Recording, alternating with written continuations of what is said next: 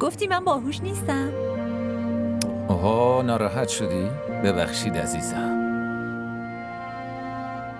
برای چی گفتی؟ بگم باشه. ما چرا ازدواج کردیم؟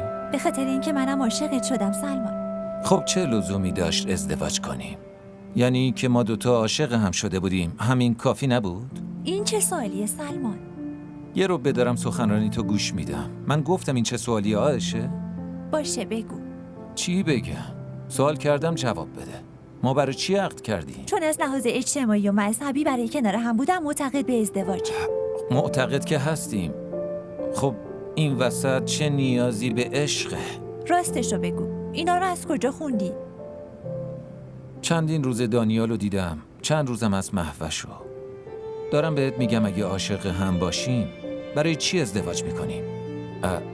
اون روز مردم رو جمع میکنیم، به همه میگیم ما همدیگر رو انتخاب کردیم، از این به بعدم هیچ کس دیگه نمیتونه ما رو داشته باشه. درست نمیگم؟ درسته اما برای این اماهاتم جواب دارم. اما اون یه اشتباهی کرد.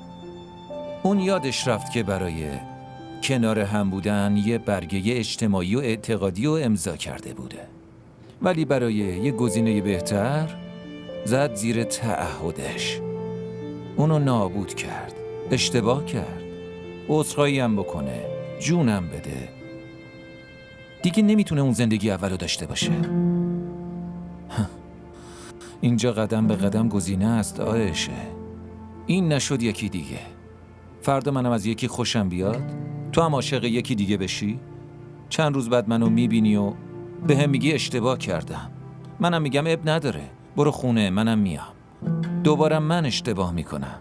خانم عایشه سلمان ابراهیم، زندگیمون اینجوری پیش نمیره.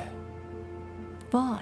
حالا من دارم تعهد اجتماعیشو میگم یا بخش مذهبیشو. هنوز از عشق حرفی نزدم. عشق بازی نابیناهاست. تو این بازی به جز همدیگه هیچی رو نمیبینی، ولی اگه یه دفعه یه طرف یکی دیگر رو ببینه، چشم اون یکی هم باز میشه. چشای دانیال باز شدن عایشه. دوباره برای مهوش نابینا نمیشه.